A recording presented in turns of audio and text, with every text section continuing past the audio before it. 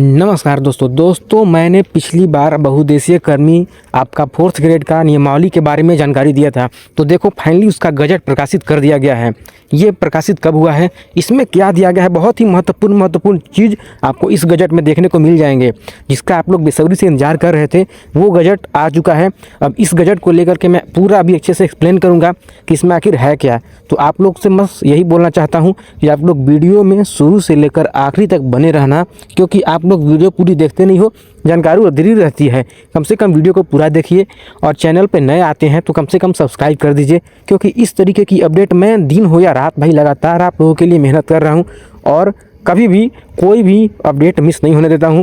लगातार जब भी समय मिलता है, जब भी देखता हूं कि कोई अपडेट आ गई है तो मैं अपने चैनल पे प्रोवाइड कर देता हूं। तो आप लोग बस सब्सक्राइब कर दीजिए और वीडियो को लाइक कर दीजिए। तो चलिए, इसे मैं टेलीग्राम पे भी दे दूंगा, चाहो तो आप खुद से ही पढ़ सकते हो, तो जा करके टेलीग्राम ज्वाइन कर सकते हो, जो डिस्क्रिप्शन में लिंक दिया हुआ है। तो देखो, झारखंड गजट असाधारण अंक झारखंड सरकार द्वारा प्रकाशित।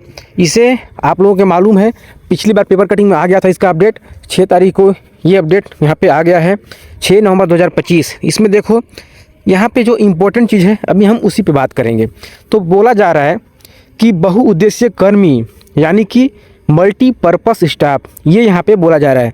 जैसे में एसएससी में MTS होता है, वैसे ही हमारे झारखंड में होने वाला है MPS यानी कि मल्टीपर्पस स्टाफ। काम दोनों का सेम रहने वाला है, जो मल्टीटास्किंग स्टाफ का रहेगा सेम उसी तरीके से काम इसका भी रहेगा। इसी के तहत आपका कोई भी विज्ञापन क्यों ना हो, चाहे आप घास काटें या फिर झाड़ू लगाएं, चाहे आप कंप्यूटर पे काम करें, सभी पदों को इसी के अंतर्गत रखना है। तो इसमें देखो क्या होने वाला है, बहुउद्देशीय कर्मी के पद के रूप में पुनर्निर्मित करते हुए भारत का संविधान के अनुच्छेद 309 के प्रनुतक द्वारा प्रदत्त शक्तियों का प्रयोग करते हुए झारखंड के राज्यपाल एतद द्वारा बहुउद्देशीय कर्मी यानी कि मल्टीपर्पस स्टाफ के पदों पर भर्ती एवं सेवा शर्तें को विनियमित करने हेतु निम्नलिखित नियमावली बनाते हैं। तो देखो, अब नियमावली है क्या, सबसे इम्पोर्टेंट चीज़, संक्षिप्त नाम यहाँ पे दिया गया है, विस्तार एवं प्रारंभ। तो यह नियमावली झारखंड राज्य बहुउद्देशीय कर्मी संवर्ग नियमावली 2025 कही जाएगी। सबसे हेडिंग चीज़ ये है, इस नियमावली का नाम क्या रहने वाला है। तो इस नियमावली का नाम रहेगा झारखंड राज्य बहुउद्देशीय कर्मी, ठीक है, संवर्ग नियमावली, ये होने वाला है इस नियमावली का नाम। इसका विस्तार संपूर्ण झारखंड राज्य में होगा। यह नियमावली झारखंड राजपत्र में प्रकाशन की तिथि से प्रवृत्त होगी। अगला है यहाँ पे कि इसमें परिभाषा, अब परिभाषा इसमें क्या है वो देखिए। इसमें दिखाया जा रहा है, इस नियमावली में जब तक कोई बात विषय या संदर्भ से न हो उसके बारे में यहाँ पे चर्चा किया जा रहा है। तो राज्य से अभिप्रेत है झारखंड राज्य। संवर्ग में दिया गया है कि संवर्ग से तात्पर्य है कि सचिवालय एवं संलग्न कार्यालय के बहुउद्देशीय कर्मी यानी कि मल्टीपर्पस स्टाफ। संवर्ग ख में दिया गया है विभिन्न विभागों के क्षेत्रीय कार्यालयों के बहुउद्देशीय कर्मी। और संवर्ग में दिया गया है ग में कि राज्य के समाहरणालयों के बहुउद्देशीय कर्मी संवर्ग। तो यहाँ पे देख सकते हो कि क्या क्या यहाँ पे पद होने वाले हैं, कौन कौन से विभाग में। तो एक तो हो गया यहाँ पे सचिवालय, सचिवालय में भी यही निकालेगी, जिसमें और भी होने वाला कि मतलब विभिन्न विभाग और भी जो होंगे क्षेत्रीय कार्यालयों में, उन लोगों में भी यही होने वाला है। समाहरणालय जो होगा उसमें भी यही निकालेंगे विज्ञापन।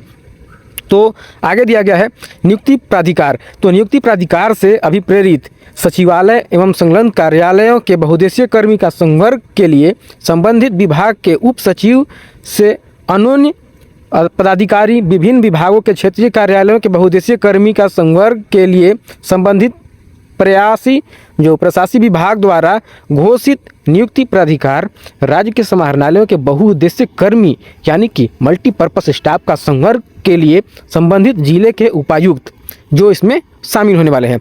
आगे दिया गया है परीक्षामान। तो परीक्षामान जो है, परीक्षामान से तात्पर्य यह है कि बहुउद्देशीय कर्मी जो संवर्ग की किसी मौलिक रिक्ति में या उनके विरुद्ध परीक्षामान रूप से नियोजित हो, उसके बारे में यहाँ पे चर्चा किया जा रहा है। बात करते हैं वरीयता सूची। तो इसमें वरीयता सूची में क्या दिया गया है, इसका अभिप्रेत है कि विभिन्न कार्यालयों में नियुक्ति बहुउद्देशीय कर्मियों यानी कि मल्टीपर्पस स्टाफ की वरीयता सूची को जो नियमावली के प्रवृत्त होने की तिथि को संशोधित हो या उसके बाद कार्मिक प्रशासनिक सुधार एवं राजभाषा विभाग द्वारा समय समय पर निर्गत अनुदेशों के अनुसार निर्मित पुनरीक्षित हो, उसके बारे में यहाँ पे बोला जा रहा है। इंपॉर्टेंट बातों पे यहाँ पे देख रहे हैं क्या क्या नियम में होने वाला है। आगे है नियंत्री पदाधिकारी। तो नियंत्री पदाधिकारी से अभिप्रेत है कि संबंधित कार्यालयों के बहुउद्देशीय कर्मी के पदों के लिए घोषित नियंत्री पदाधिकारी घोषित नहीं रहने की स्थिति में कार्यालय प्रधान नियंत्री पदाधिकारी होंगे। ये सारी चीज़ है। बात करते हैं भर्ती वर्ष। तो भर्ती वर्ष से अभिप्रेत है कि कैलेंडर वर्ष, यानी कि 1 जनवरी से 31 दिसंबर, ये यहाँ पे दिया गया है। आयोग के बारे में बोला जा रहा है कि आयोग से अभिप्रेत है कि झारखंड कर्मचारी चयन आयोग। सिंपल भाषा में बोला जा रहा है कि JSSC ही इसका पूरा देखरेख करने वाली है। अब बात करते हैं चतुर्थ वर्गीय पद। चतुर्थ वर्गीय पद से क्या अभिप्रेत है? इसका अभिप्रेत है कि विभिन्न विभागों, क्षेत्रीय कार्यालय, समाहरणालयों के अधीन पूर्व से सृजित चतुर्थ पद जो होने वाला है चतुर्थ वर्गीय पद, उसका इसमें लिया जाएगा। अब बात करते हैं, देखो इसमें वेतनमान, भाई साहब हर एक चीज़ गजट में दे दी गई है, इसीलिए बोला हूँ वीडियो को थोड़ा आराम से देखो, आपके पास टाइम निकाल लो तब देखो, क्योंकि बहुत ही महत्वपूर्ण चीज़ है। आने वाले समय में बहुत बड़ा विज्ञापन आएगा और 4th ग्रेड का विज्ञापन आएगा। तो देखो वेतनमान की बात करें तो बहुउद्देशीय कर्मी का जो वेतनमान होने वाला है PB1 यानी कि 5200 से 2200 रुपये, ग्रेड पे आपका 1800 लेवल 1 का होने वाला है, जो कि भाई अराजपत्रित है। ठीक है, बात करते हैं नोट में यहाँ पे दिया गया है कि पद का वेतनमान एवं समूह वही होंगे जो राज्य सरकार द्वारा समय समय पर निर्धारित किए जाएंगे। सरकारी नौकरी दोस्तों निकलने वाली है, ये सरकारी नौकरी रहेगी, इसमें प्राइवेट नहीं रहेगा। बहुत ही अच्छा ऑप्शन है आप लोगों के पास। आगे दिया गया है कि बहुउद्देशीय कर्मी के कार्य, तो इसमें कार्य क्या करना है? तो इसमें कार्य दिया गया है, बहुत सारा विवरण इसमें दिया गया है निम्नतः, जिसमें से आपका शुरुआत करते हैं कार्यालय खोलना और बंद करना, यानी कि कार्यालय अवधि प्रारंभ होने के पूर्व आकर कमरों का ताला खोलना एवं कार्यालय अवधि के पश्चात कार्यालयों के सभी कमरों के लाइट, पंखा आदि बंद कर ताला लगाना। दूसरा काम होने वाला है सामान्य स्वच्छता एवं रखरखाव, कार्यालयों के कमरों, टेबल, कुर्सियां, फाइल रैक आदि की सफाई करना और कूलर, वाटर डिस्पेंसर, AC की देखभाल करना, पदाधिकारियों एवं कर्मियों को स्वच्छ वातावरण देना। अगला काम होगा फाइल एवं दस्तावेज पहुंचाना, यानी कि पदाधिकारियों के बीच फाइल, पत्र आदि ले जाना तथा विभाग, कार्यालयों या कमरों के बीच फाइल, पत्र आदि पहुंचाना। अगला यहाँ पे बोला जा रहा है कि निगरानी संबंधी कार्य, जिसमें विभाग, कार्यालयों की संपत्ति, फाइलों आदि की देखभाल करना तथा अभिलेखों का अनुरक्षण करना। अगला काम होने वाला है बाहरी कार्य, जैसे में पोस्ट ऑफिस एवं बैंक से संबंधित कार्यों का निष्पादन। विभागीय आदेशों पर कार्यालय से बाहर जाकर के आपको आवश्यक सामग्री या जानकारी लाना होगा। अगला यहाँ पे काम है जिसमें है संदेहवाहक के रूप में कार्य, किसी पदाधिकारी या कर्मचारी को किसी के बुलाने पर सूचना देना तथा फोन पर आए संदेश देना, विभाग, कार्यालय के अंदर एवं बाहर पत्र, डाक का वितरण करना, ये सब काम करना होगा। और भी आप इसमें काम है जैसे में कार्यालय अवधि में निर्धारित वर्दी में आना, विभाग कार्यालयों में फोटोकॉपी करना, फैक्स करना, ईमेल करना इत्यादि, और भी सारा काम, बहुत सारा काम है। देखो मैं बता रहा हूँ स्टेप बाय स्टेप सभी काम आप लोग ध्यान से देखना भाई। प्रशाखा कार्यालयों में अनुसूचीय कार्य एवं इतर अन्य कार्य करना, दिनचर्या में कार्यालयी कार्यों तथा डायरी, डिस्पैच आदि जिनमें कंप्यूटर पर कार्य शामिल है, इसमें सहायता प्रदान करना। और भी है वैध ड्राइविंग लाइसेंस धारक होने की स्थिति में वाहनों का चलाना, पार्क, लाउन, पॉटेड प्लांट आदि का रखरखाव करना, जलपान तैयार करना, और भी बहुत सारे अन्य काम जो है आपको वरीय पदाधिकारी द्वारा सौंपा जाएगा। तो ये सारा काम 4th ग्रेड का होता है। तो 4th ग्रेड में जैसा जैसा पद रहेगा उसके हिसाब से आपको काम करना होगा।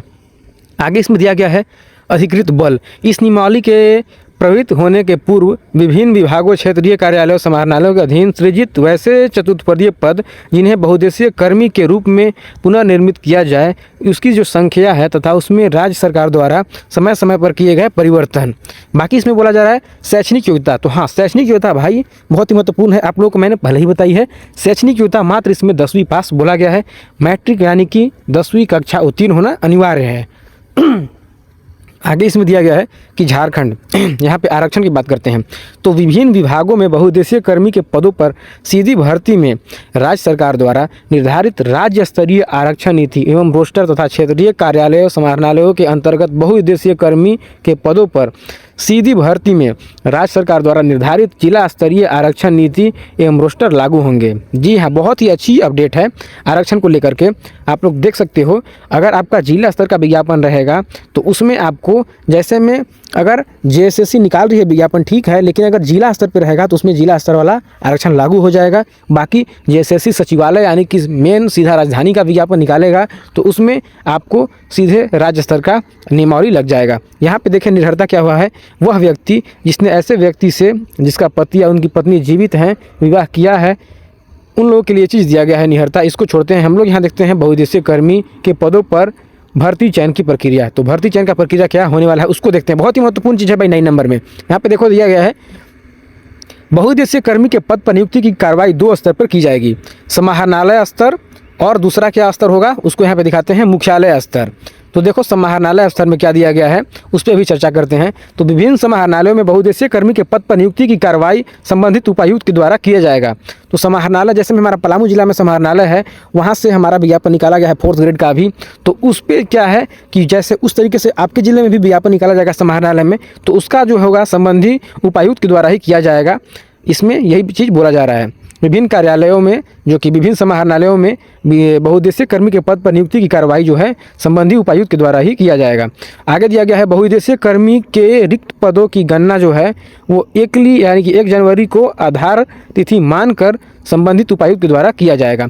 आगे दिया गया है, समाहरणालयों के अधीन पूर्व से सृजित सभी प्रकार के चतुर्थवर्गीय पदों के समन्वयक या फिर समीक्षोपरांत अनावश्यक एवं अप्रासंगिक पदों को प्रत्यर्पित करने उपरांत आवश्यक पदों को बहुउद्देशीय कर्मी के पद के रूप में पुनर्निर्मित कराते हुए रिक्त पदों पर नियुक्ति हेतु आरक्षण कोटिवार अधियाचना संबंधी उपायुक्त द्वारा राजस्व निबंधन एवं भूमि सुधार विभाग को उपलब्ध कराई जाएगी। ये सब चीज़ बोला जा रहा है।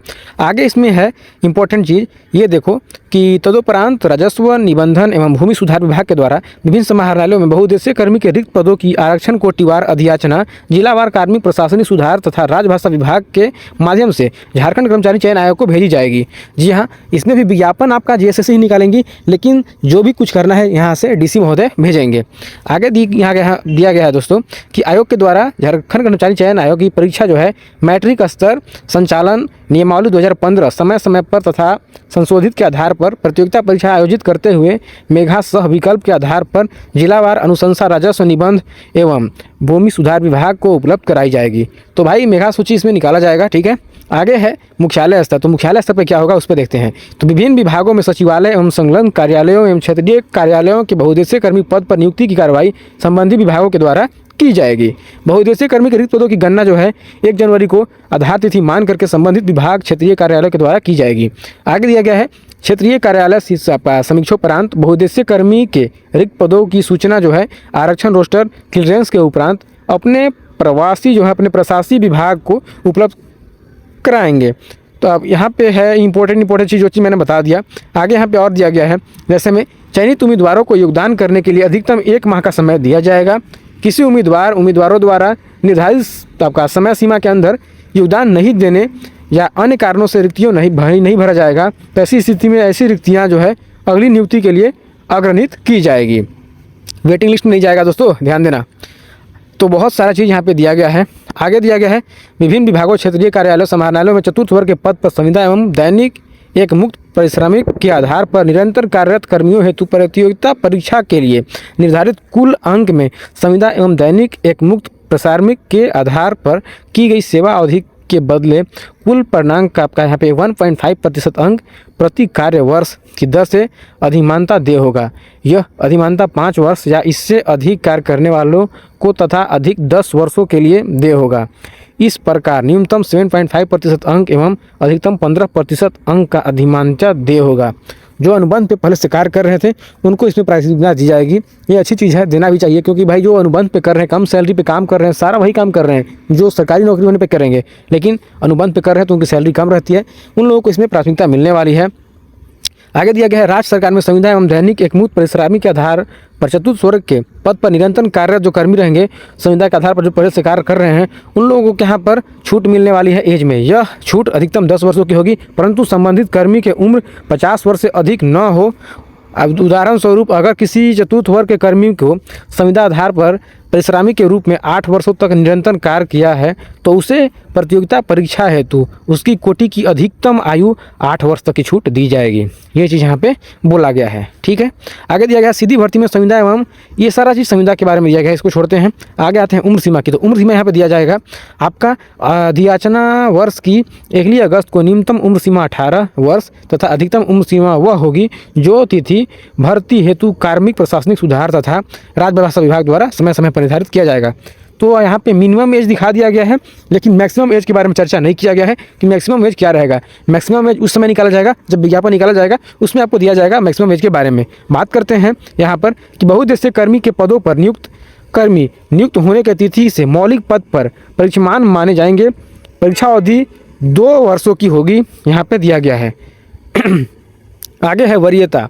तो बहुउद्देशीय कर्मी की यहाँ पे पारस्परिक वरीयता एदत विषय कार्मिक प्रशासनिक सुधार तथा राजभाषा विभाग द्वारा समय समय पर निर्धारित अनुदेशों के आलोक में यहाँ पे निर्धारित होगी। ठीक है, तो यह सारा चीज़ इंपॉर्टेंट चीज़ था जिसे मैंने आप लोगों को बताया। बाकी और क्या क्या चीज़ है अभी वो भी देखते हैं। वैसे वीडियो लंबी हो रही है मुझे मालूम है, जो लोग देखोगे वही लोग अपडेट को ले पाओगे। यहाँ पे जो महत्वपूर्ण इंपॉर्टेंट अपडेट थे वो चीज़ मैंने आप लोगों को दे दिया। इसीलिए मैंने पहले ही बोला था कि वीडियो को दोस्तों शुरू से लेकर आखिरी तक देखो। बहुत ही महत्वपूर्ण अपडेट मैं अपने चैनल पर प्रोवाइड करता हूँ। तो ये गजट के बारे में जानकारी दे दिया जिसका इंतजार आप लोग कर रहे थे। तो आई होप आप लोग को वीडियो अच्छी लगी होगी। वीडियो अच्छी लगी तो वीडियो को लाइक कर दीजिए, और 4th ग्रेड का जॉब चाहिए तो आपको चैनल को सब्सक्राइब कर दीजिए, क्योंकि 4th ग्रेड से अपडेट सारा मैं अपने चैनल पर प्रोवाइड करते रहता हूँ। जैसे ही विज्ञापन आएगी 4th ग्रेड का पलामू का अपडेट आएगा तो मैं अपने चैनल पर प्रोवाइड कर दूँगा। तो चलो चैनल को सब्सक्राइब कर दो, वीडियो को शेयर करो अपने सभी दोस्तों के पास, वीडियो को लाइक कर देना। आते हैं एक और नई वीडियो के साथ, तब तक अपना ख्याल रखना।